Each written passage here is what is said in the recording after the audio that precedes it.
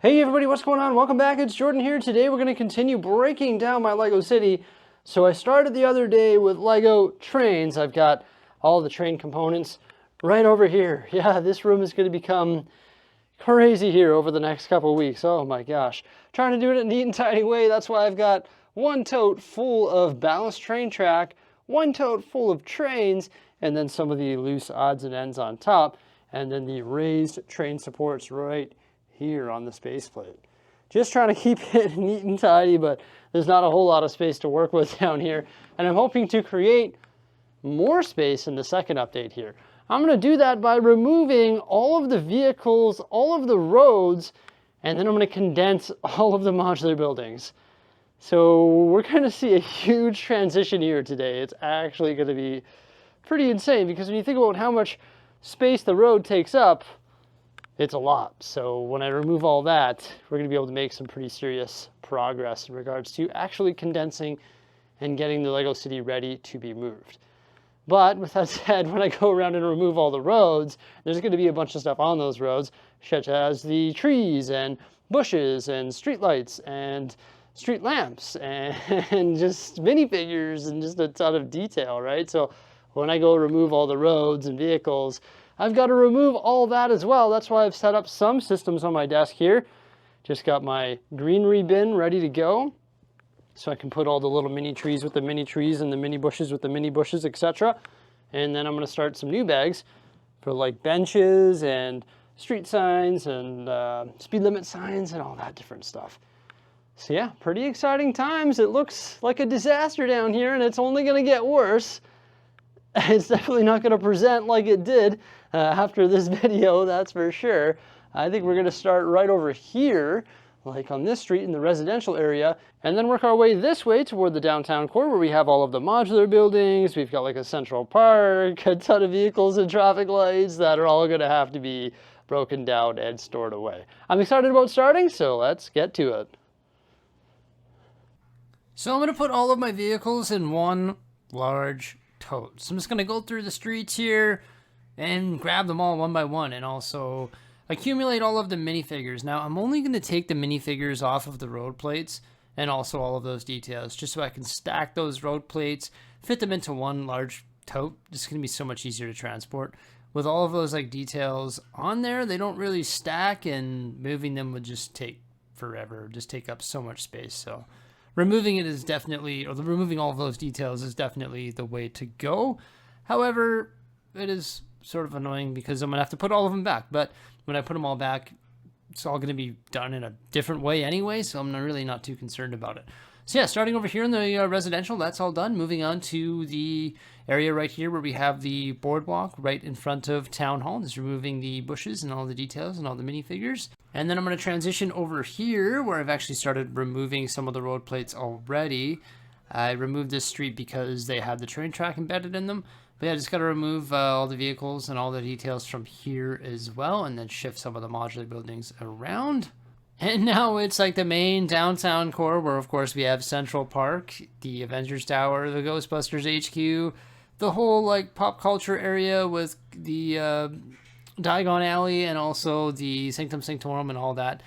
So yeah, just popping out pretty much everything. Bye-bye details. It's funny, I feel like I put these details in not too long ago, and here we are removing them all again. It's all part of the process, that's for sure. Just a few more things to remove, more of those trees, more of those bushes, more of those details, and those vehicles and minifigures as well. And there you go, just like that. The Lego City has become a ghost town. We got that big bin of vegetation right here. It's all mixed together. So we've got some trees, some custom bushes, some of the pre-molded trees, some of the pre-molded bushes. And I'm gonna have to go through there and sort them into the bags just because that makes sense. I may as well try and do this in a neat and tidy way. And then we've got some of the benches right over here, the street signs, a huge bag of minifigures. So that's all the minifigures that were on the sidewalks of the road plates. Quite a few in there, and then the traffic lights, and then also all of the street lights as well. And then this massive tote of vehicles. Like, this thing is huge, and it is like pretty much full. That's all the vehicles that were in the Lego City. That's crazy, hey? So now that all that stuff is removed, the streets are like a ghost town. There's no vehicles, there's no details or anything. It's funny, I feel like I just added all of these details not too long ago. But look at that. Doesn't it look clean in here? I love the look of that. It's fantastic. Over here in the residential, it looks pretty cool too. Just like so clean and polished. Whew. So now that all the details and vehicles are removed, I've got to go through and remove all the road plates and start condensing all of the buildings within the Lego City. Going to start right over here by the boutique hotel, amusement park, central park, train station, those one-way roads, they've got to go. I'm very happy that I switched to the new style of road plates and they're all mills plated because look at how quickly I can remove them. It's ridiculous. For example, what I used to do is use the old school road plates, and I would actually remove the 1x tile on the sidewalk of the modular building, and then I would connect those old school road plates using 2x2 tiles to the modular buildings, and it would take forever to like move the road plates and redo all of the tiling every single time. It was crazy, but with these new road plates, I can just sort of very easily pull them all apart because the only thing that's holding them together is 4 2x4 tiles. There's 2 on either side, and that's the only way that they're like connected. So all I have to do is just like pull them out. It's so easy. It's beautiful. So you really start to realize the benefit of mills and mills roads and mills plates in general when you start to actually move your city around, especially when you're actually looking to deconstruct it like we're doing here today. It's like a dream. So the last section of roads that we need to take care of are the ones going around the residential areas here, and included in that I'm also going to remove all these specialized ones. So we got 2 parking lots. There's a parking lot in front of the 1950s diner there, and then there's also a parking lot in front of the bowling alley as well. May as well get those out of here because they're consuming space, and I'm trying to maximize the amount of space that I have in this room because when I start moving stuff, it's going to be hectic. I'm going to have to try and condense all the Lego into this side of the room so that I can actually move the shelving easily, because can't move Billy shelves when they're full of Lego, that's for sure. Holy crow, this is a lot of roads. Oh my gosh, you don't realize how many there are until you stack them up on the desk like this. It's actually insane. So full baseplate ones like 32x32 studs, we've got 1, 2, 3, 4 stacks. And then there's 2 stacks of the half baseplate roads right there. And then some of the modified ones right here, which are actually 2 base plates long. This one here is super cool.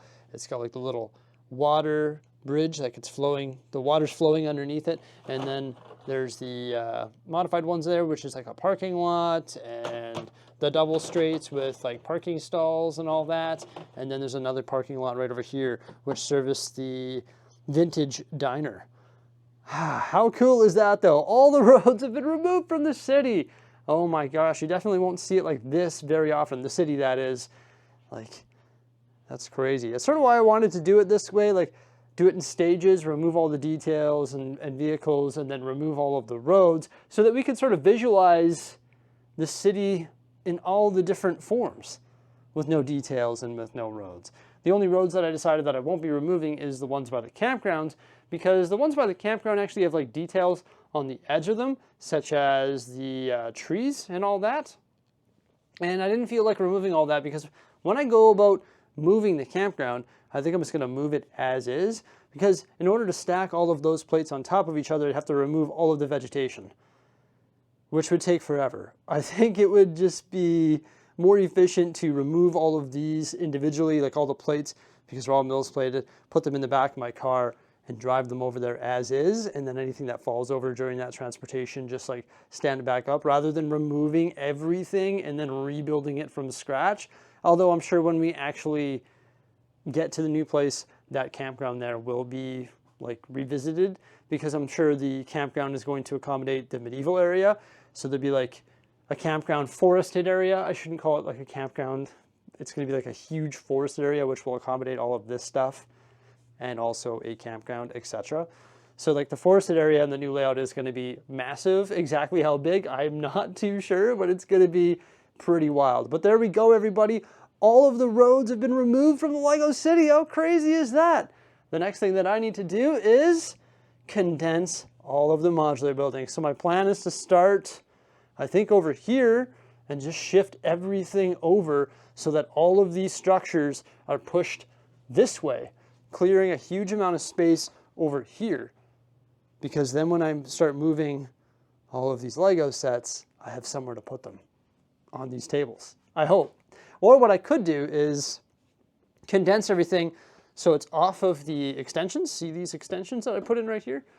From here to here. And what I could do is clear those extensions, remove those extensions, and then remove the 2x6s that support them underneath, so then I could actually walk in here. What's going to be better, maximizing my storage or maximizing the places where I can walk and accessibility, maximizing accessibility? I don't know what would be better. Probably storage, because I've got a lot of Lego to store right now, and accessibility isn't really a top priority, so I'm probably just going to condense it all this way. Stick to the original plan. All right, let's get to it. Now this is when you're truly going to see how much space was actually allocated to roads and trains in my Lego city. When I start like moving all of these modular buildings, I'm essentially playing like a giant game of Tetris, but I'm just trying to condense them as best I can to, once again, free up as much table space as I possibly can for the Lego sets that are on the Billy shelves. It just truly shows how much space is consumed by those systems of transportation. It is actually insane, but in my opinion, you can't have a Lego city without roads. I've tried it both ways. I've tried it doing one-way roads, so the roads are only 16 studs, and everything just looks so like jammed and so close together. And I just think Lego cities need trains because they add so much motion and life to the city. And then of course you need roads because you need vehicles in this city.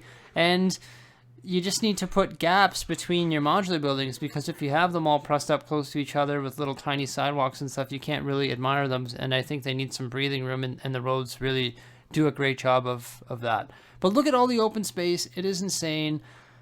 Just exposing the white tables, shifting everything over, and it's almost like half. Like, it's actually crazy. So I'm going to shift over the residential buildings and also some of the beach buildings as well. So there's like the little mini modulars that I had on the beach, and then some of the plates that had some of the water as well. Let's take a look at the end result. Yeah, it's definitely pretty crazy, like coming down here and seeing how much space there is when I remove the roads and the train tracks. Like, how crazy is that? Now, I did think about removing these inserts, and in fact, you can see this one quite nicely now. You can see it. So that used to be like not there. In fact, I don't even think it's screwed down. No, I can just remove it. But yeah, I used to be able to walk in there and throw. But I decided not to do that because I need the space. That's more important than accessibility right now. But yeah, look at this. Just like solid modular buildings. It's insane, hey? Crazy. There's still some void space in here. Like, I don't know, there's a base plate there, a half base plate there, all the amusement park plates. And I could have removed the raised platform too, but I think I'll just leave that for when we're actually, you know, moving. Pretty wild though. Didn't take me that long between the removal of the trains, removal of the roads, and condensing all this stuff. I did it in a grand total of 2 days. And I spent how long building all that? Years. Years, I tell you. In regards to the beach and stuff, I'm actually going to be moving that just as is, really. Like, these are individual plates. For example, this plate here is individual. I just have to separate it here at the water, and then they'll break apart, sort of like this one did right here. So I can very easily just transport that. Like, one day, like, okay, we're moving the beach today, and we'll move the whole beach. And then the next day we'll be like, we're moving this massive mountain, and then we'll move the mountain, and then the zoo, and this mountain, and the campground. And you can see what I mean about the campground road plates. I like tried to remove one, but then I realized all these trees here and all these details are on the campground road plates. So when I move the campground, I'll just move these road plates because they're sort of part of the campground. But the campground is going to be like substantially different. It's going to be way bigger. It's going to be like a giant forested area with mountains in the background, I hope, and like rolling green hills and all that. So I look forward to that. It's going to be pretty neat. But now I've got all this space open for the taking. It is so bright in here. It is actually crazy. And I guess here's a better look at the modular building chaos, the Tetris chaos here. Oh, it's funny. It's fun. That's for sure. Funny and fun. And then when I get around to moving, I'm just going to grab each of these things individually and put them in the back of a Sprinter van or a giant U-Haul or my vehicle or whatever it may be and bring them to the new place. But it's crazy when you look at it like this. It's like, that's a lot of Lego, man, but it's not like a crazy amount. Like, this isn't a crazy amount. It's just the roads and the train track add so much volume to the city. Like, I just can't get over how open this is now. And I mean, these tables are pretty big. Like, when you compare them to me, they're pretty big tables. Yeah, this is, I talked about it in a previous video. This is the 60-inch one right here. So this, from here to here, is 60 inches. And the new tables that we're going to build are going to be 70 inches. The reason this one is 60 inches and the one over there is 60 inches is because that just worked out with the room. So it goes 40-inch, then there's the gap that I filled in. That was sort of inevitable. And then 60-inch, 60-inch, another 40-inch over there where we had the amusement park. It's going to be cool when we get all the cabinets out of here in the new place. So move all that Lego on here, get the cabinets out of here, and then take all the Lego that I moved here, bring it to the new studio, and put it in the billies and all the cabinets, and then of course move all this Lego and put it on temporary tables or whatever it may be, and then break down all of this lumber here and start building the new table. Buy a bunch more lumber and then start building the new tables over there, and then transition the city onto the tables. I wanted to get this done. I know I got it done a little bit early, that's for sure. Like, I'm not moving for a few weeks, but I just didn't feel like continuing to work on this city. I was like, yeah, well, it's done. Like, what am I going to do in the space? I may as well start preparing for the next space. I can use this space right now temporarily to work on projects for the new space too, if I so choose. Can start building more mountains or start building different structures or different train yard layouts or whatever it may be. So I can use this space right now in the meantime to create something for the new space, if that makes sense. Everybody, I just wanted to share this experience of me pretty much breaking down the Lego city. It went a lot quicker than I anticipated. That's for sure. Make sure you stay tuned for some more great stuff. Please remember to like, subscribe, and stay tuned. Farewell.